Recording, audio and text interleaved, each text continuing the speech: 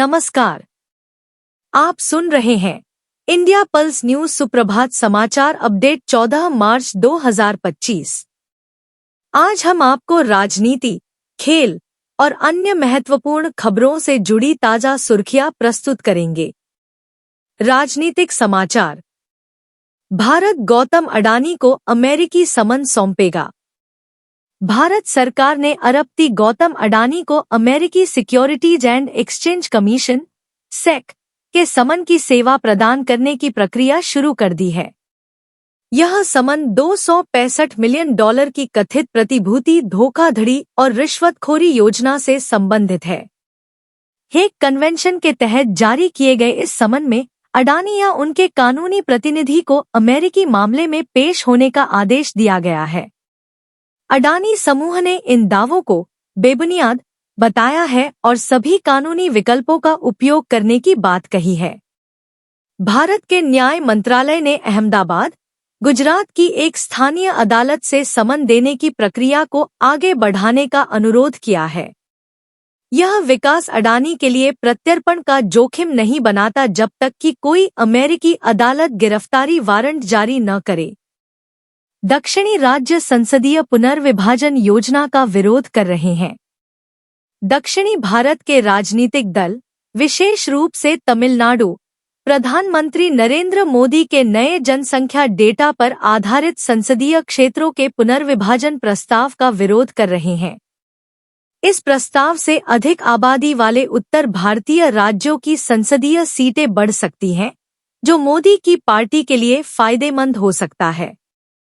दक्षिणी नेताओं का तर्क है कि यह उन राज्यों को दंडित करता है जिन्होंने प्रभावी ढंग से जनसंख्या वृद्धि को नियंत्रित किया है, जबकि यह अनियंत्रित जनसंख्या वृद्धि वाले क्षेत्रों को लाभ पहुंचाता है।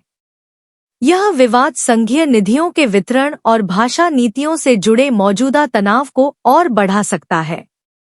भारत का दूरसंचार नियामक उपग्रह स्पेक्ट्रम लाइसेंस को 5 वर्षों तक सीमित करने का प्रस्ताव देगा।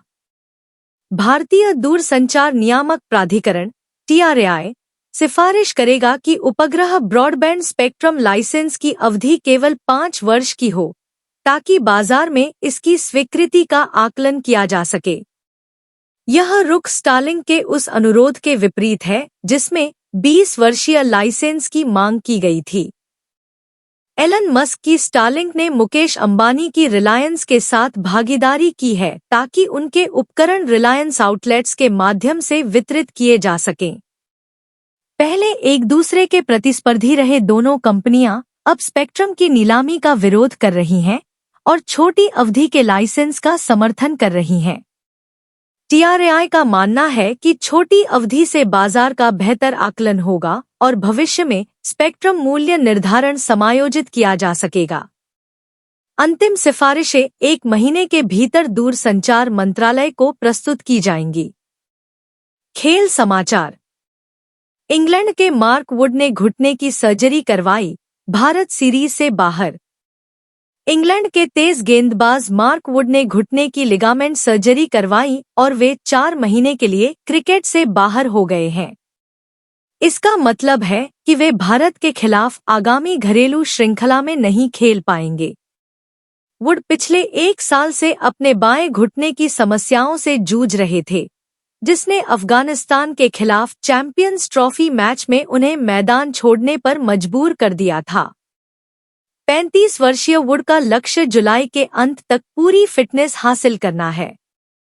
इंग्लैंड का कार्यक्रम जिम्बाब्वे के खिलाफ एक टेस्ट, मई, वेस्टइंडीज के खिलाफ श्रृंखला और फिर 20 जून से भारत के खिलाफ 5 टेस्ट मैचों की श्रृंखला शामिल है।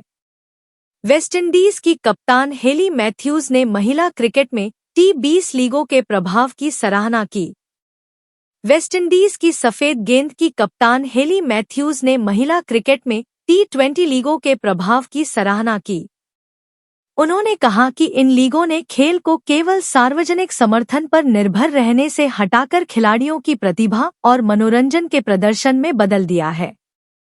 मैथ्यूज ने भारतीय महिला प्रीमियर लीग (WPL) जैसे टूर्नामेंटों की भूमिका को वैश्विक स्तर पर खिलाड़ियों के करियर को आकार देने में महत्वपूर्ण बताया।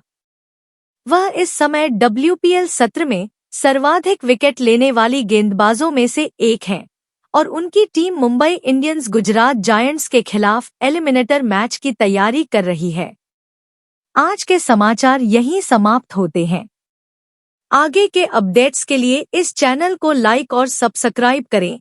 धन्यवाद और आपका दिन शुभ हो।